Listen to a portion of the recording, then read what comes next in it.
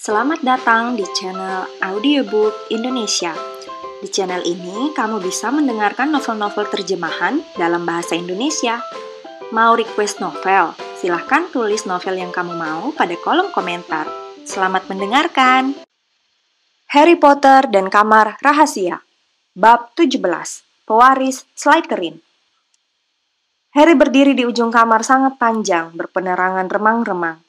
Pilar-pilar batu berbelit dengan lebih banyak ular pahatan menjulang tinggi, menyangga langit-langit yang lenyap dalam kegelapan, memantulkan bayang-bayang gelap, panjang menembus cahaya suram kehijauan yang memenuhi tempat itu.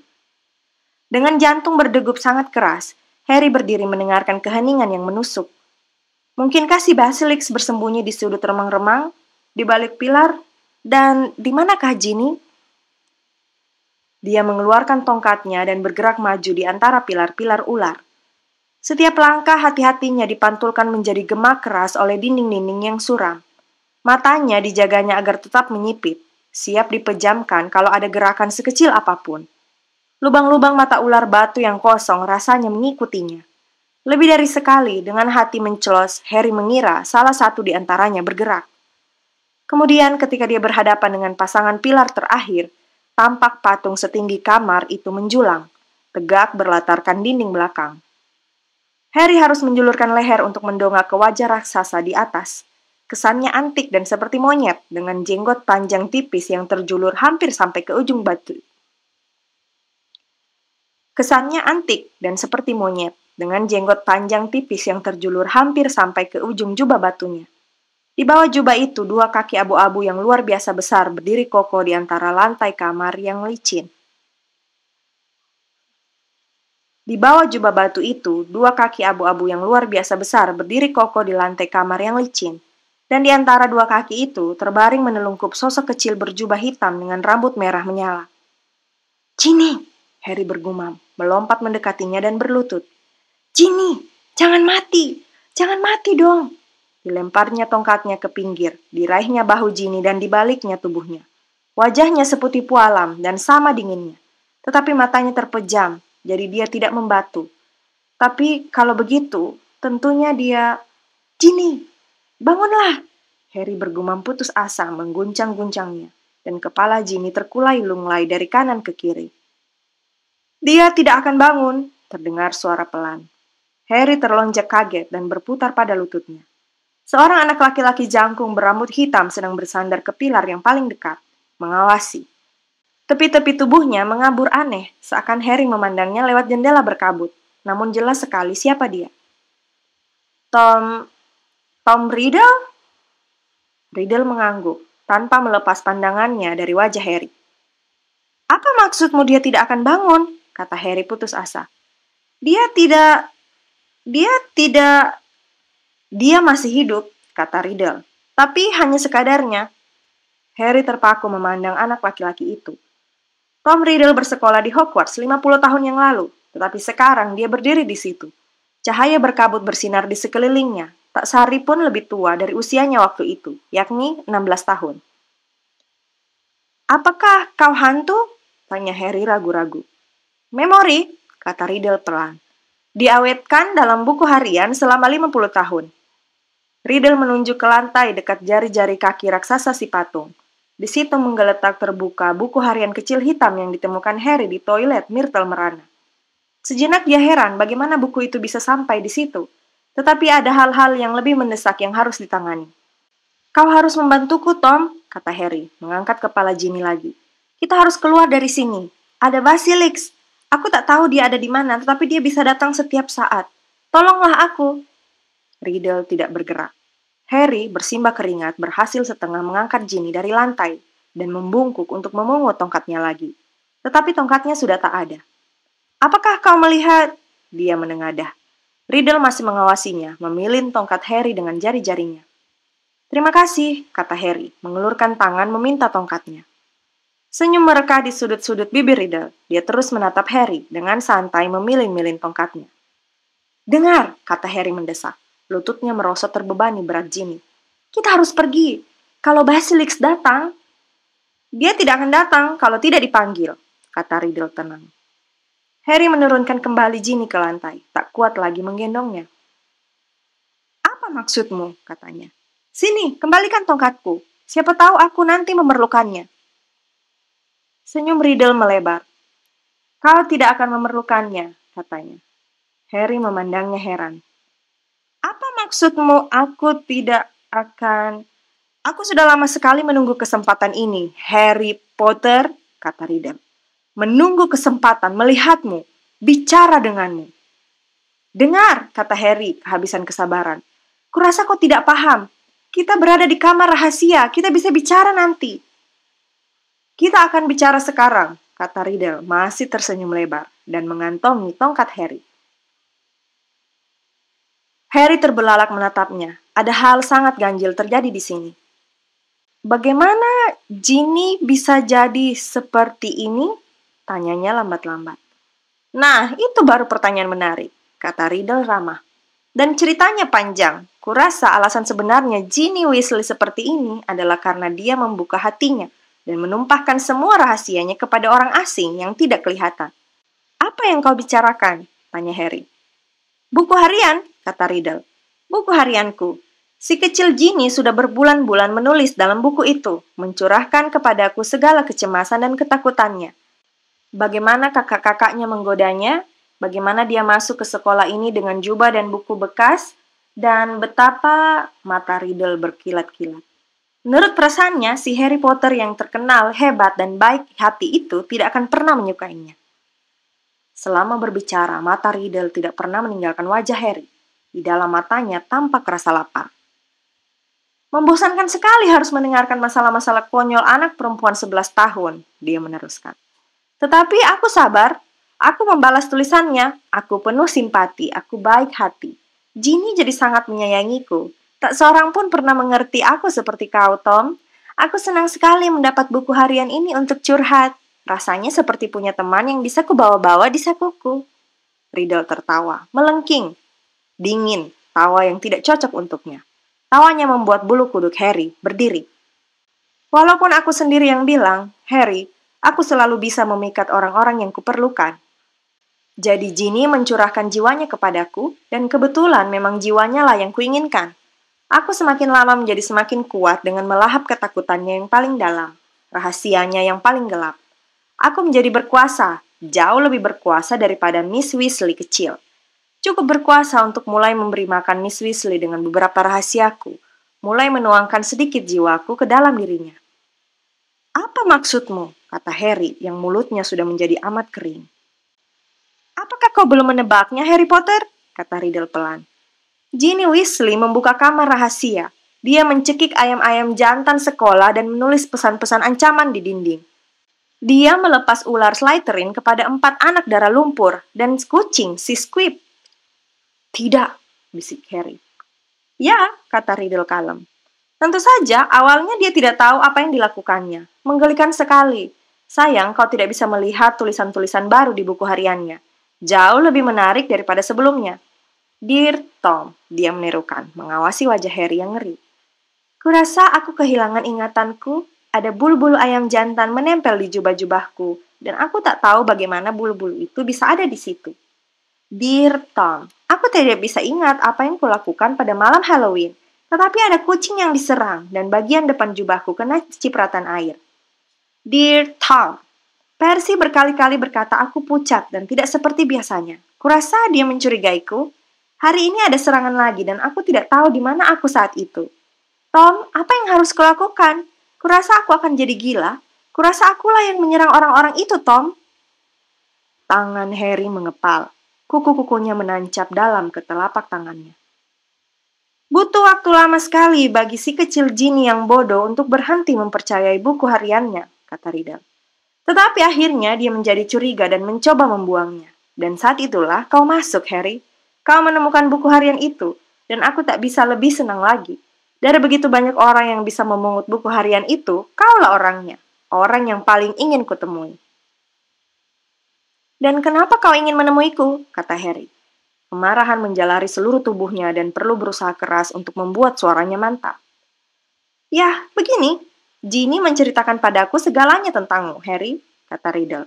"Seluruh sejarahmu yang menakjubkan. Matanya menatap bekas luka di dahi Harry, dan ekspresinya menjadi semakin lapar. Aku sadar aku harus tahu lebih banyak tentangmu. Bertemu kau kalau bisa. Maka aku memutuskan untuk menunjukkan padamu prestasiku yang terkenal. Penangkapan Hagrid si tolol berbadan besar untuk mendapatkan kepercayaanmu. Hagrid temanku, kata Harry. Suaranya sekarang bergetar. Dan kau menjebaknya kan? Kukira kau membuat kekeliruan, tetapi... Riddle memperdengarkan lagi tawanya yang melengking. Persoalannya adalah memilih mempercayai kata-kataku atau kata-kata Hagrid, Harry. Nah, bisa kau bayangkan bagaimana tampaknya kejadian itu bagi si tua Armando Dippet. Di satu pihak, Tom Riddle anak miskin, tapi cemerlang, yatim piatu tetapi begitu pemberani. Prefek sekolah, pelajar teladan. Di pihak lain, Hagrid yang canggung bertubuh besar. Setiap 2 minggu sekali bikin onat, mencoba membesarkan anak serigala di bawah tempat tidurnya, menyelinap ke dalam hutan terlarang untuk bergulat dengan troll. Tapi kuakui, bahkan aku sendiri heran betapa mulusnya rencanaku berjalan. Kukira pasti ada orang yang menyadari bahwa Hagrid tak mungkin pewaris Slytherin. Aku perlu waktu 5 tahun penuh untuk mengetahui segala sesuatu tentang kamar rahasia dan menemukan jalan masuknya. Mana mungkin Hagrid punya otak untuk itu, atau untuk kekuasaan? Hanya guru transfigurasi, Dumbledore, yang tampaknya beranggapan Hagrid tidak bersalah. Dia membujuk Dippet untuk mempertahankan Hagrid dan melatihnya menjadi pengawas binatang liar. Ya, kurasa Dumbledore mungkin sudah menebak. Dumbledore tak pernah menyukaiku, tidak seperti guru-guru lainnya. Pasti Dumbledore tahu betul orang seperti apa kau, kata Harry, giginya menggeretak. Ya, dia memang mengawasiku dengan ketat sekali setelah Hagrid dikeluarkan. Sungguh menjengkelkan, kata Riddle seenaknya. Aku tahu tak akan aman membuka kamar rahasia lagi selama aku masih di sekolah. Tetapi aku tak mau menyia-nyiakan tahun-tahun panjang yang telah kuhabiskan untuk mencari keterangan tentangnya. Kuputuskan untuk meninggalkan buku harian, mengawetkan diriku yang berusia 16 tahun di dalam halaman-halamannya. Sehingga pada suatu hari nanti, kalau mujur, aku akan bisa membimbing orang lain mengikuti langkahku dan menyelesaikan pekerjaan mulia Slytherin. Kau belum menyelesaikannya, kata Harry penuh kemenangan. Tak ada yang meninggal kali ini, bahkan si kucing pun tidak. Beberapa jam lagi, cairan Mandrake akan siap dan semua orang yang membatu akan sembuh lagi. Bukankah sudah kukatakan kepadamu, kata Riddle tenang, bahwa membunuh darah lumpur tak berarti lagi bagiku? Sudah beberapa bulan ini, target baruku adalah kau. Harry terbeliak menatapnya. Bayangkan betapa jengkelnya aku ketika kali berikutnya buku harianku dibuka. Ginny-lah yang menulis kepadaku, bukan kau. Rupanya dia melihatmu membawa buku harian itu dan dia panik. Bagaimana kalau kau sampai tahu cara kerjanya? Dan aku membocorkan semua rahasianya kepadamu. Bagaimana kalau lebih buruk lagi, ku beritahu kau siapa yang mencekiki ayam-ayam jantan itu. Jadi, anak bodoh itu menunggu sampai kamarmu kosong dan mencurinya. Tetapi aku tahu apa yang harus kulakukan. Jelas bagiku kau sedang mengikuti jejak pewaris Slytherin. Dari semua yang telah diceritakan Ginny kepadaku, aku tahu kau bersedia melakukan apa saja untuk memecahkan misteri ini. Apalagi kalau salah satu korbannya adalah sahabatmu. Dan Ginny memberitahuku bahwa seluruh sekolah geger karena kau bisa bicara Parseltongue. Jadi, kusuruh Ginny menulis pesan terakhirnya di dinding, dan kubawa ke bawah sini untuk menunggu. Dia memberontak dan menangis dan menjadi sangat membosankan. Tetapi tak banyak lagi kehidupan di dalam dirinya. Dia sudah menuangkan terlalu banyak ke dalam buku harian, ke dalam diriku. Cukup untuk membuatku meninggalkan halaman-halaman buku harian itu akhirnya. Aku sudah menunggu kemunculanmu sejak kami tiba di sini. Aku tahu kau akan datang. Aku punya banyak pertanyaan untukmu, Harry Potter. Apa misalnya? Sembur Harry, tangannya tetap terkepal. Ya, kata Riddle, tersenyum menyenangkan. Bagaimana bayi tanpa bakat sihir istimewa bisa berhasil mengalahkan penyihir terhebat sepanjang zaman? Bagaimana kau bisa selamat hanya dengan bekas luka sementara kekuatan Lord Voldemort hancur? Ada kilat merah aneh di mata Riddle yang kelaparan. Apa pedulimu bagaimana aku bisa selamat? Kata Harry lambat-lambat. Voldemort muncul sesudah zamanmu. Voldemort, kata Riddle pelan, adalah masa lalu, masa kini, dan masa depanku, Harry Potter. Dia menarik keluar tongkat Harry dari dalam sakunya dan mulai mencoretkannya di udara, menulis 3 kata yang berpendar-pendar. Tom Marvolo Riddle. Kemudian dilambaikannya tongkat itu sekali, dan huruf-huruf namanya berubah susunan. I am Lord Voldemort. Aku, Lord Voldemort. Kau lihat, bisik Riddle. Itu nama yang sudah kupakai waktu aku di Hogwarts, yang hanya kuberitahukan kepada teman-temanku yang paling akrab tentu. Kau pikir aku akan menggunakan nama magel ayahku yang kotor selamanya? Di dalam tubuhku mengalir darah Salazar Slytherin sendiri dari pihak ibuku. Kau pikir aku mau mempertahankan nama magel biasa yang jahat yang meninggalkanku bahkan sebelum aku lahir hanya karena dia tahu istrinya penyihir? Tidak, Harry. Kuciptakan nama baru untukku. Nama yang aku tahu semua penyihir dimanapun suatu hari nanti tak akan berani menyebutnya. Kalau aku sudah menjadi penyihir paling hebat di dunia. Otak Harry kelihatannya macet. Dia menatap tercengang pada Riddle, si anak yatim piatu yang setelah dewasa membunuh orang tua Harry dan begitu banyak orang lain. Akhirnya dia memaksa diri bicara. Kau bukan, katanya, suaranya yang tenang penuh kebencian. Bukan apa? Bentak Riddle. Bukan penyihir paling hebat di dunia, kata Harry bernafas cepat. Maaf mengecewakanmu, tetapi penyihir yang paling hebat di dunia adalah Albus Dumbledore. Semua bilang begitu, bahkan ketika kau masih kuat, kau tidak berani mencoba mengambil alih Hogwarts. Dumbledore tahu betul orang seperti apa kau sewaktu kau masih di sekolah, dan dia masih membuatmu takut sekarang, dimanapun kau bersembunyi hari-hari ini. Senyum telah lenyap dari wajah Riddle, digantikan oleh tampang yang sangat jelek. Dumbledore telah terusir dari kastil ini hanya karena kenangan akan diriku, dia mendesis. Dia tidak sepenuhnya pergi seperti yang kau kira, balas Harry. Dia ngomong asal saja ingin menakut-nakuti Riddle. Dia sendiri berharap apa yang dikatakannya benar-benar terjadi. Riddle membuka mulut, tetapi lalu terpaku. Terdengar musik entah dari mana. Riddle berpaling untuk memandang kamar yang kosong. Musik terdengar semakin keras, menimbulkan perasaan ngeri, seram, tak wajar. Musik itu membuat rambut di kepala Harry berdiri dan menyebabkan hatinya membengkak 2 kali lipat besarnya. Kemudian, ketika musik itu mencapai ketinggian tertentu, sehingga Harry bisa merasakannya bergetar di dalam tulang-tulang rusuknya, tiba-tiba berkobar nyala api di puncak salah satu pilar. Seekor burung merah sebesar angsa muncul, menyerukan musiknya yang aneh ke langit-langit yang berbentuk kubah. Burung itu memiliki ekor keemasan bercahaya di ekornya yang sepanjang ekor burung merak, dan cakarnya yang keemasan berkilat-kilat, mencengkram gumpalan kain kumal. Sedetik kemudian burung itu terbang lurus ke arah Harry. Dia menjatuhkan kain kumal dalam cengkramannya ke kaki Harry, kemudian mendarat di bahunya.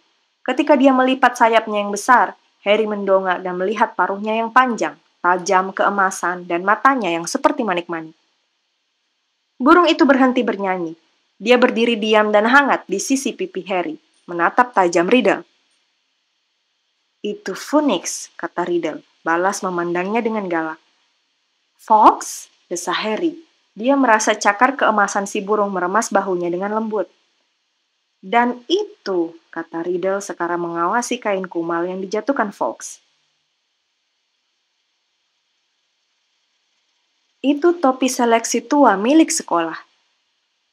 Memang betul, bertambal, berjumbai, dan kotor, topi itu tergeletak tak bergerak di kaki Harry. Riddle mulai tertawa lagi. Dia terbahak-bahak begitu keras sehingga seluruh kamar dipenuhi suara tawanya. Seakan-akan 10 Riddle terbahak bersamaan. Inilah yang dikirimkan Dumbledore kepada pembelanya. Burung penyanyi dan topi tua. Kau merasa berani, Harry Potter? Kau merasa aman sekarang? Harry tidak menjawab. Dia mungkin tidak tahu apa gunanya Fox ataupun si topi seleksi. Tetapi dia tidak lagi sendirian dan dia menunggu Riddle berhenti tertawa dengan keberanian yang semakin meningkat.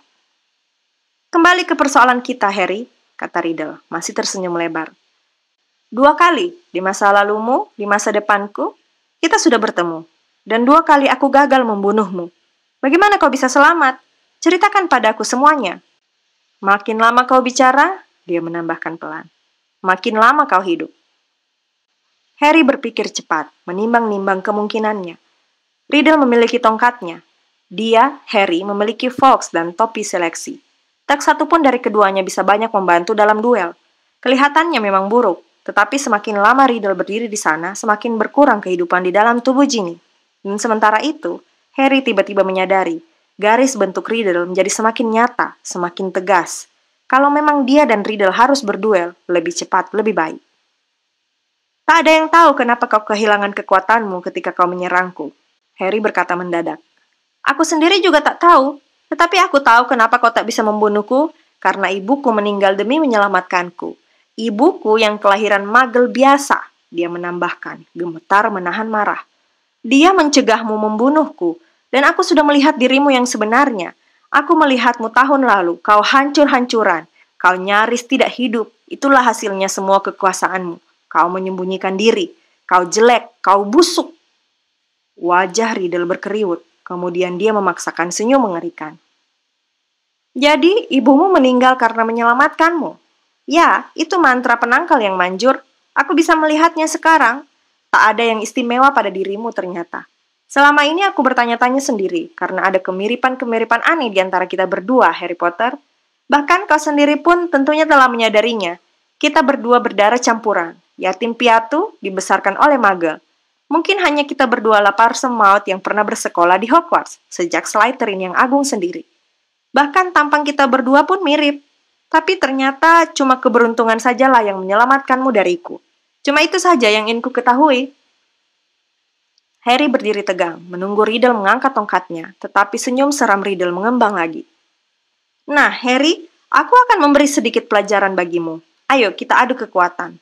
Lord Voldemort, pewaris Salazar Slytherin, dengan Harry Potter yang dikenal, ditambah senjata-senjata terbaik yang diberikan Dumbledore kepadanya. Riddle melempar pandang geli ke arah Fawkes dan topi seleksi, kemudian berjalan menjauh. Harry ketakutan merayapi kakinya yang kebas, melihat Riddle berhenti di antara pilar-pilar tinggi dan mendongak menatap wajah batu Slytherin, jauh tinggi di atasnya dalam keremangan. Riddle membuka mulutnya lebar-lebar dan mendesis, tetapi Harry mengerti apa yang dikatakannya. Bicaralah padaku, Slytherin, yang terhebat dari 4 sekawan Hogwarts. Harry berpaling untuk memandang patung itu. Fawkes berayun di bahunya. Wajah batu raksasa Slytherin bergerak. Lumpuh ketakutan, Harry melihat mulutnya terbuka. Makin lama, makin lebar, membentuk lubang hitam yang besar sekali. Dan ada sesuatu yang bergerak di dalam mulut patung itu. Sesuatu sedang merayap naik dari dalam tubuhnya. Harry mundur sampai membentur dinding kamar yang dingin. Dan ketika memejamkan mata rapat-rapat, dia merasakan sayap Fawkes menyapu pipinya waktu burung itu melesat kabur. Harry berteriak, "Jangan tinggalkan aku!" Tapi kesempatan apa yang dimiliki Phoenix jika berhadapan dengan Raja Ular? Sesuatu yang luar biasa besar jatuh menimpa lantai batu kamar. Harry merasakan lantai bergetar. Dia tahu apa yang sedang terjadi. Dia bisa merasakannya. Nyaris bisa melihat si ular raksasa melepas gulungannya dari mulut Slytherin. Kemudian dia mendengar suara desis Riddle. Bunuh dia! Si Basilisk bergerak ke arah Harry. Dia bisa mendengar tubuhnya yang berat menggeleser berat dan lambat-lambat di lantai berdebu. Dengan mata masih terpejam rapat-rapat, Harry mulai berlari menyamping. Tangannya terulur mencari jalan. Riddle tertawa. Harry terantuk sesuatu. Dia jatuh keras menimpa lantai batu dan mulutnya berdarah. Si ular paling-paling tinggal 1 meter darinya. Dia bisa mendengarnya datang. Terdengar bunyi ledakan keras persis di atasnya, dan kemudian sesuatu yang berat menghantam Harry keras sekali, sampai dia terempas menabrak dinding. Menunggu taring-taring menghujam tubuhnya, dia mendengar desisan menggila. Dan ada yang membabi buta memukul-mukul pilar. Harry tak tahan lagi. Dia membuka matanya sedikit, sekedar cukup untuk mengintip apa yang sedang terjadi. Si ular raksasa yang berwarna hijau terang berbisa sebesar batang pohon ek telah mengangkat tubuhnya tinggi ke atas dan kepalanya yang tumpul meliak-liuk bagai orang mabuk di antara pilar-pilar. Ketika Harry gemetar siap memejamkan mata kalau si kepala ular itu menoleh, dia melihat apa yang telah mengalihkan perhatian si ular. Fawkes berterbangan mengelilingi kepala si ular, dan si Basilisk mengatup-ngatupkan moncongnya yang bertaring panjang dan pipih seperti pedang, mau melahapnya. Fawkes menukik, paruhnya yang panjang keemasan tenggelam menghilang dari pandangan, dan mendadak semburan darah hitam mengguyur lantai. Ekor si ular membanting-banting, nyaris mengenai Harry, dan sebelum Harry sempat memejamkan mata, dia menoleh. Harry memandang tepat ke wajahnya dan melihat bahwa matanya, kedua matanya yang besar, kuning, bulat menonjol, telah dilubangi si Phoenix. Darah membanjir ke lantai dan si ular menyembur-nyembur kesakitan. Jangan! Harry mendengar Riddle menjerit.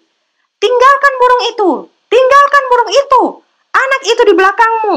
Kau masih bisa membauinya! Bunuh dia! Si ular yang sudah buta berayun, bingung, tapi masih membawa maut. Fox mengitari kepalanya, menyerukan lagunya yang menyeramkan, mematuk-matuk hidung si Basilix yang bersisik, sementara darah mengucur terus dari matanya yang hancur.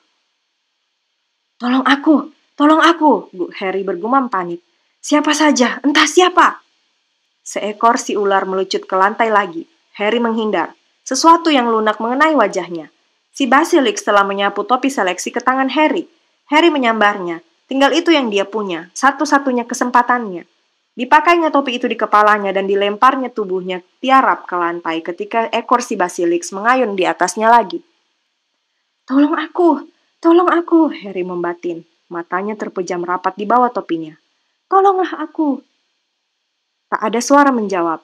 Alih-alih menjawab, si topi mengerut. Seakan ada tangan tak kelihatan yang meremasnya kuat-kuat. Sesuatu yang sangat keras dan berat jatuh berdebung di atas kepala Harry. Nyaris membuatnya pingsan. Bintang-bintang berkelap-kelip di depan matanya. Harry mencengkeram ujung topi untuk menariknya lepas dan merasa ada sesuatu yang panjang dan keras di bawahnya. Sebatang pedang perak berkilat telah muncul di dalam topi. Pegangannya bertabur batu-batu mirah berkilauan sebesar telur. Bunuh anak itu! Jangan pedulikan burung itu! Anak itu di belakangmu! Kau bisa membawahi dia! Harry sudah berdiri, siap. Kepala si Basilix mulai merendah, tubuhnya bergulung, menghantam pilar-pilar ketika dia berputar untuk menghadapinya. Harry bisa melihat rongga matanya yang besar berdarah, melihat mulutnya yang menganga lebar, cukup lebar untuk menelannya sekali lahap. Dikitari taring sepanjang pedangnya, pipih berkilat-kilat, beracun. Si ular menerjang membabi buta. Harry menghindar dan menabrak dinding kamar. Ular itu menerjang lagi, dan lidahnya yang bercabang mengibas mengenai sisi tubuh Harry. Harry mengangkat pedang dengan kedua tangannya. Si Basilix menerjang lagi dan kali ini sasarannya tepat. Harry melempar seluruh berat tubuhnya ke pedangnya dan menghujamkannya ke langit-langit mulut si ular sampai ke pangkalnya. Tetapi ketika darah mengguyur lengan Harry, dia merasakan kesakitan yang luar biasa di atas sikunya. Sebuah taring panjang beracun terbenam, makin lama makin dalam di lengannya, dan patah ketika si Basilix terjungkal menyamping, lalu jatuh menggeliat-geliat ke lantai. Harry menggelosor jatuh dari dinding. Dia mencengkram taring yang menyebarkan racun ke seluruh tubuhnya dan merenggutnya lepas dari lengannya. Tetapi dia tahu sudah terlambat. Rasa sakit yang luar biasa menyebar luas, pelan dan pasti dari lukanya. Bahkan ketika dia menjatuhkan taring itu dan menatap darahnya sendiri yang membasahi jubahnya, pandangannya menjadi berkabut. Kamar itu mengabur dalam pusaran warna samar. Sekelebat warna merah melayang melewatinya, dan Harry mendengar bunyi cakar yang mendarat pelan di sebelahnya. Fox, kata Harry susah payah. Kau luar biasa, Fox.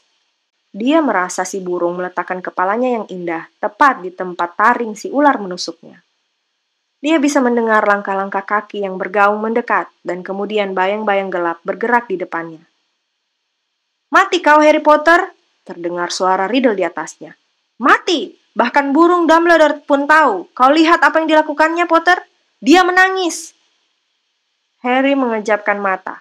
Kepala Fox hilang timbul. Air mata besar-besar bagai mutiara bergulir di bulunya yang berkilauan. Aku akan duduk di sini dan menontonmu mati, Harry Potter. Tenang-tenang saja, aku tidak buru-buru kok. Harry merasa mengantuk. Segala sesuatu di sekitarnya rasanya berpusing. Jadi beginilah akhir si Harry Potter yang terkenal. Terdengar suara Riddle yang rasanya dari kejauhan. Sendirian di dalam kamar rahasia, ditinggalkan oleh teman-temannya, dikalahkan akhirnya oleh pangeran kegelapan yang dengan bodoh ditantangnya.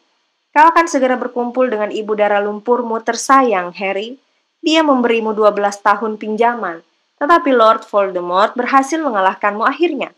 Seperti yang kau ketahui, pasti akan terjadi. Kalau ini kematian, pikir Harry, tidak terlalu buruk, bahkan rasa sakitnya pun meninggalkannya. Tetapi apakah ini kematian? Alih-alih semuanya menjadi gelap, kamar rahasia rasanya kembali jelas. Harry menggeleng pelan dan dilihatnya Fox masih membaringkan kepalanya di lengan Harry. Genangan air mata berkilau bagai mutiara mengelilingi lukanya. Hanya saja, tak ada luka. Pergi burung, kata Riddle tiba-tiba. Jauh-jauh dari anak itu. Pergi, kataku. Harry mengangkat kepalanya.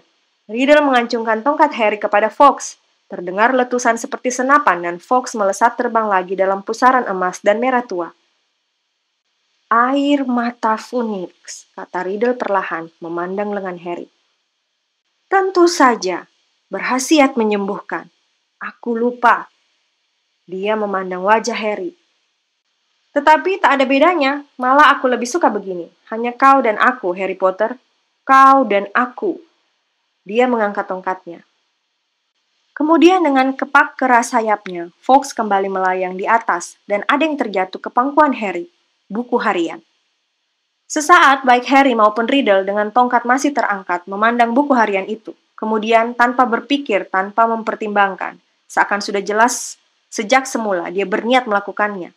Harry menyambar taring Basilisk dari lantai di sebelahnya dan menghujamkannya tepat ke jantung buku.